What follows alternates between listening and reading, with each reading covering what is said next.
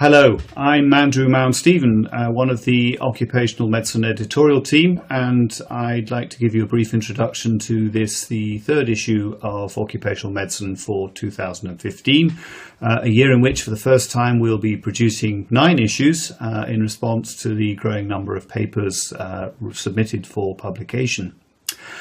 This issue begins with 2 editorials, both marking the 40th anniversary of the Health and Safety at Work Act becoming law and thereby becoming the central piece of legislation to protect the health and safety of people working in the United Kingdom.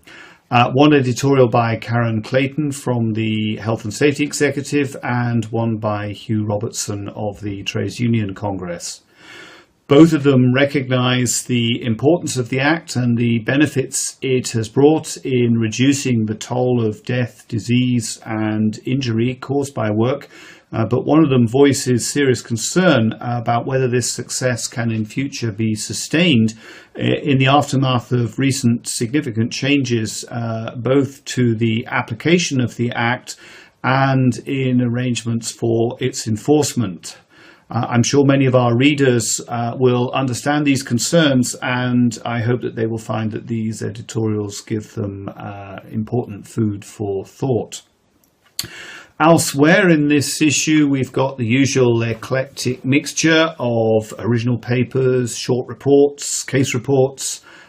fillers, no fewer than 6 book reviews on this occasion, and the latest in Mike McKiernan's fascinating series on art and occupation, this time introducing us to a 1948 work by Dame Barbara Hepworth depicting an operating theatre scene.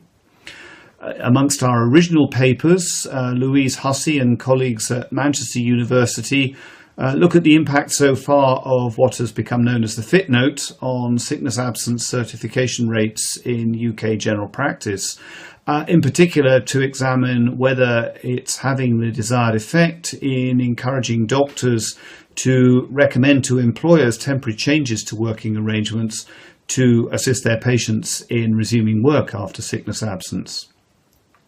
We also have a study by Brian Rice and colleagues from Public Health England, which reviews 10 years of data on significant workplace sharps injuries in healthcare workers in England, Wales and Northern Ireland. Data gathered prior to the introduction of recent legislation intended to reduce the very substantial volume of such injuries, which this data bears witness to. Another original paper which particularly caught my eye is one from Lisa Nicol and her colleagues reporting on a worrying series of 6 cases of silicosis in stonemasons, all aged under 40, attending their respiratory clinics in Edinburgh. Findings like these unfortunately seem to suggest that we still have some way to go in preventing serious harm to health caused by well-known hazards such as silica, even 40 years after the Health and Safety at Work Act became law. So that's a brief introduction to what you will find in the current issue of Occupational Medicine. Thank you for watching this, and I hope that you will enjoy reading the journal.